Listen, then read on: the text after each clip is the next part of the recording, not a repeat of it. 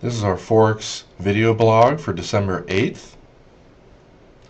The euro dollar stuck between two major fib levels. That's pretty low probability trade. The daily, weekly, monthly trend's down, so you might have considered looking for sells up at this fib level right here in the hourly moving average. It didn't generate too much in trade pips. You might have caught up to 50 pips on this one, but obviously the longer term trend's down. You're better off looking for sells. But stuck between two major areas of buying and selling, the market's very likely in this case to not be worth trading. Pound dollar, the daily, weekly, monthly trend's down, so you might have looked for sells last night when it broke out this narrow range 7 inside bar pattern on the hourly chart. But you can see it was falling with very little weakness. Last night the weekly trend was up, the monthly trend pretty strong down. Anytime you see a currency that's going down but doesn't have that much weakness, you might draw your fibs on there and look to do a counter trend trade at the first fib target. If you did, you would have lost on that one, got back in at the second one, and had a nice little 50 pip move up. Then you got a 1, 2, 3 pattern here. 1, 2, 3 reversal, breaks back above the previous day's low. Good trade there. And you also have a beautiful little wedge pattern here over multiple hours. Notice on the move up here is almost extreme strength and very little weakness on any down moves. Very likely to go up to here. I would have exited half here if it stalled. It shot through there, so our upper fib level is a great place to get out of the trade. Notice explosive trend strength. You might have bought this pullback right here and made 15 to 25 pips. Sideways consolidation breakout, good for another 30 pips. And after this big drop right here, not a bad place to look to buy again. Above the hourly, the weekly trend's up. That's the primary one that we focus on. The dollar Swiss, you can see it had a very strong trend up yesterday. We have a major fib level here. It was also yesterday's high, and there wasn't that much strength today. So it really doesn't have that much strength in the daily or weekly and monthly trends. So you might have looked for a little quick short here and made 20 or 25 pips. Shorted again here. It was above the hourly, so you might have bought that pullback. But this one's just kind of chopping around. There's no extreme strength or weakness. I would have avoided that other than possibly looking for sells up here at the fib level. The dollar CAD is stuck in between two fib levels. Now, because the weekly trend's up, you might have looked to buy this little pullback here because there wasn't that much weakness and the price was above a weekly pivot level on the hourly.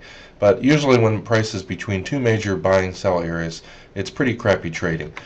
Wait for it to show that it's more likely to go down than up, and when it broke out here you might have gone short. This had extreme weakness, so this little pullback trade right here obviously is another good trade. You draw your fibs on the previous move, and that gives you an idea where to get out of that trade. That was good for about 20 pips, and if you sold this low here and hung on, you also made about 20-25 pips. I wouldn't have bought down here because the market looked pretty weak.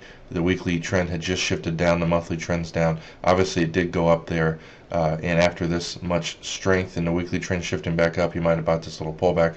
That didn't really work. You might have made 5 or 10 pips on that. The Australian dollar, really no trades to speak of worth taking because it was down here below the lower containment band. There's lots of support and buying down there, but there's also resistance above. So again, you don't want to trade a currency that's stuck in between fib levels like that. Also, once it broke above the fib level, the hourly moving average is a likely resistance sell point. So it wasn't worth the reward wasn't worth the risk in this case. So I wouldn't have taken any trades in this one. New Zealand dollar, all the time frame trends point down. Last night you had an NR7 4-hour chart pattern here that was a great trade, generated about 25 pips and went sideways. You might have shorted this right here because it wasn't too far below the lower containment band. And again, always draw your fibs on the last swing to give yourself an idea of where to take profits at. And you can see the market came down to these fib levels and then reversed. Looks like we also have an Elliott two-wave pullback on this too. Very extreme weak downtrend on every time frame, and you draw your fibs on the first wave up. And when it hits these fib levels up here, especially when there's other areas of resistance here, great place to go short around 75.25, and you can see the price fell about 50 pips. That's a textbook perfect trade, and especially since we had extreme weakness, the daily, weekly, monthly trends down, and very little strength on the way up. There's probably no better trade today than this one right here as far as the likelihood of the trade working, and also the likelihood of it giving you 20 to 50 pips.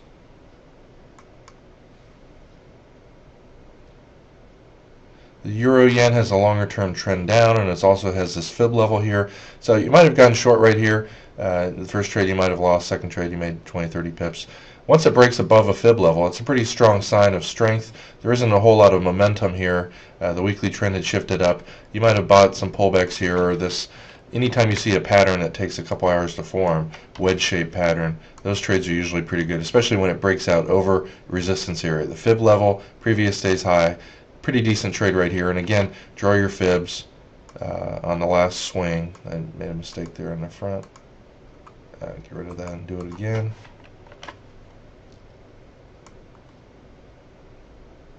And notice, that's a great place to get out of the trade. This one only generated about 15 or 25 pips, but you're also risking less than that, so it's still a good trade. Anytime market breaks above or below support resistance level, it's usually worth taking. This one has a daily, weekly, monthly trends up, but it's also stuck between two fibs. So it came up to that level last night. Again, the third time a resistance level gets hit, it's usually likely to break. And this, so you might have taken this trade right here. You would have had a loss. Then you have a nice little wedge pattern here. And because this resistance area got hit so many times, because the longer term trend's up, you want to buy the breakout here, and the next fib level is your next profit target level, and the market just keeps shooting up. So what I typically do is, if it stalls in an area, like right here, I would have exited half. Then I move my stop up here, here, here, here. Anytime it's above the upper containment band, if you see it going up with the strength disappearing, you want to get out of that trade. So this was a very good trade. The second half generated about 70 pips profit. The first trade maybe 30 or 40 pips.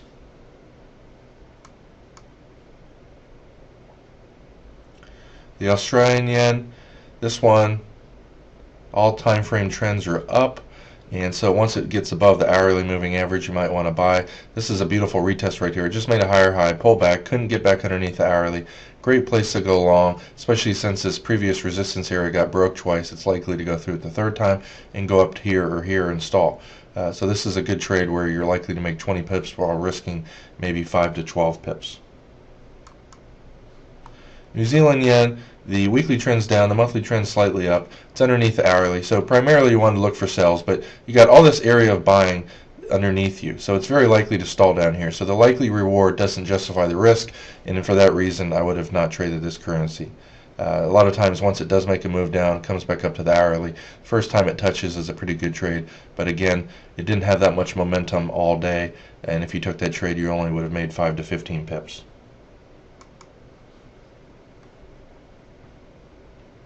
Dollar yen, this obviously had a very strong trend. The daily, weekly, monthly trends up, but you have this fib level here and a monthly pivot level there. It's likely to stall. So usually what you want to do in this case is when you have major selling above it, don't look to buy unless it breaks above that level. So once it broke above that level and pulled back, there's quite a bit of weakness right here. I don't know if I would have bought this pullback, but you have a nice little wedge pattern right here, flag pattern, and this trade here is not too bad, and it went up about 20 pips. Try to avoid currencies stuck between all these layers of buying and selling. Just not worth it. CAD yen, the trend's up, but you also have major selling right above it. So don't look to get in this trade until it really breaks out above this level. You can see last night it hit the fib level here and here. It's trying to get higher. It doesn't pull back. You can see all the longer time frame trends are up. You might have bought this little wedge pattern right here, and I would have got out of half my trade at this next area right here. It didn't generate too much, maybe 20 pips. It pulls back. There's no weakness in comparison to the previous up move strength. You might have bought that pullback. You draw your fibs off today's up move to give yourself an idea of where the market's going to stall. So you want to get out of the trade somewhere up here near the fib level. And that trade generated 10, 20, 30 or 35 pips.